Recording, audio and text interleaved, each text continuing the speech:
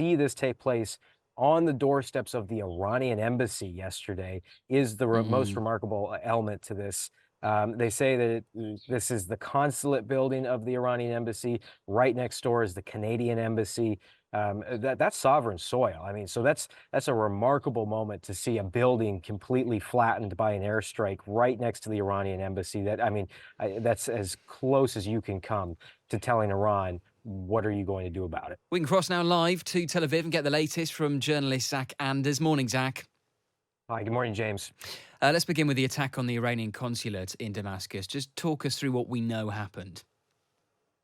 Well, this appears by all means to be an airstrike, and the level of intelligence that it would take and the ability to penetrate Syria's airspace, all signs point to Israel. Of course, Israel's not going to confirm their involvement in much of the details that we've been able to gather, and it's of course remarkable for the status of the IRGC generals and the Quds forces that were killed last night. But I should stress that Israel has been targeting the IRGC since the beginning of the Israel-Hamas war. This is, by my count, at least the fifth strike that has taken place that's killed IRGC members inside Damascus. There have been other strikes inside Aleppo as well just a few days ago. So this is not entirely new to see Israel targeting the IRGC. They claim that this is the coordination of the weapons that flow into Hezbollah in southern Lebanon, that the IRGC makes it possible.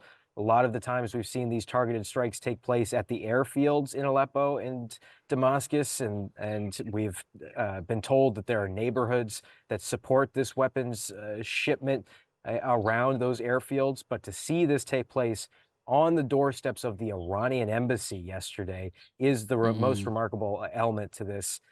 They say that this is the consulate building of the Iranian embassy. Right next door is the Canadian embassy. That's sovereign soil. I mean, so that's a remarkable moment to see a building completely flattened by an airstrike right next to the Iranian embassy. That I mean, that's as close as you can come to telling Iran what are you going to do about it. Yeah, and we'll come on to Iran's likely response in a moment, Zach. Obviously, two senior Iranian commanders have been killed in the strike. Do we know if Israel would have been aware that they were there, will have been specifically targeted at those generals? I think it's safe to assume that they had intelligence that this was a gathering of multiple targets, and I think this should be looked at too.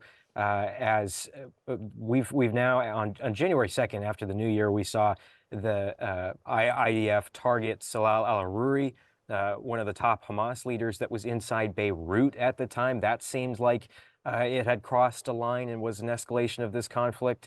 The Israelis, by all accounts, appear to be settling the score with a lot of figures that have been rattling around the Middle East for decades.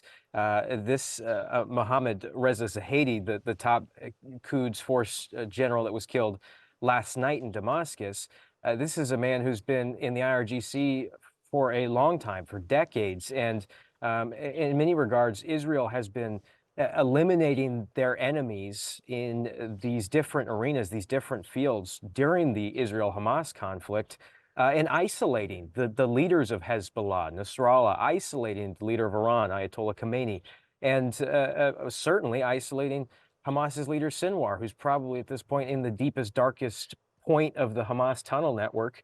And his leadership around him has been slowly picked off. So Israel very deliberately targeting its enemies over the course of this conflict, wherever they be. And these are long-standing enemies that to Israel that have been around for decades. Iran has promised a decisive response to the strike. Realistically, Zach, what might that look like? Well, of course, the immediate concern being that Hezbollah is finally given this gloves off moment, which is something I've been covering on the Israel-Lebanon border since November. For weeks and weeks, we have been concerned that Hezbollah will begin to initiate large-scale attacks with the rockets and missiles that have been supplied by Iran and flowed through the IRGC into Lebanon. Independent estimates, not just the Israelis, pin the number of missiles and rockets inside Hezbollah's arsenals in the tens of thousands. And the IDF says that so far into this conflict, 4,000 rockets and missiles have been fired from Hezbollah. They think that they still have a large, vast capacity to continue to fire on Israel.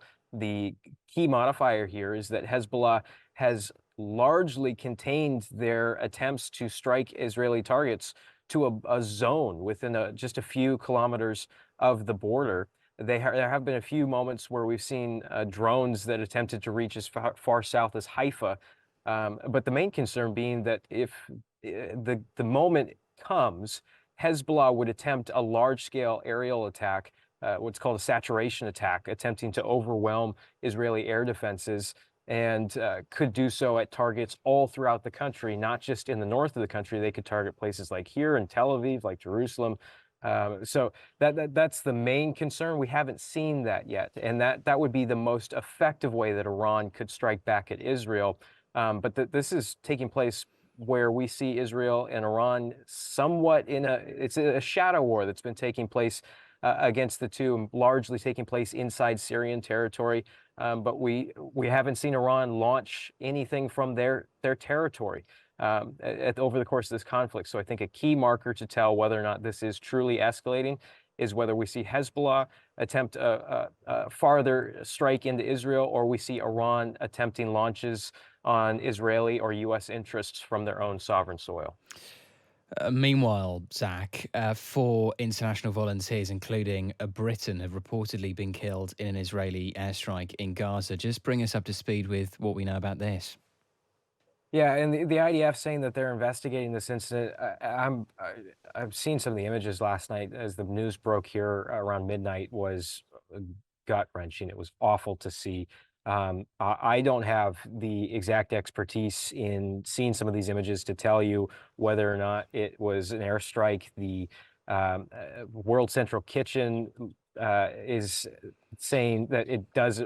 They believe it to be an Israeli airstrike, and that this crew was traveling potentially already through an Israeli checkpoint, which is easy to imagine because Israeli ground forces are crawling all over these areas. So it's likely that they would have passed by the IDF at some point, by soldiers on the ground in their vehicles, and been approved to go wherever they were going. So to see some sort of strike on this vehicle, again, the IDF saying they don't know, or rather that they're investigating.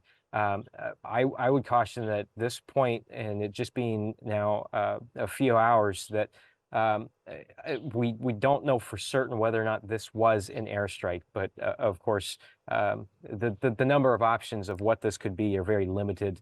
Hamas has, over the last several days, been publishing videos of them using still like RPG style weapons to target tanks, but we can't verify, the timing or the validity of this footage.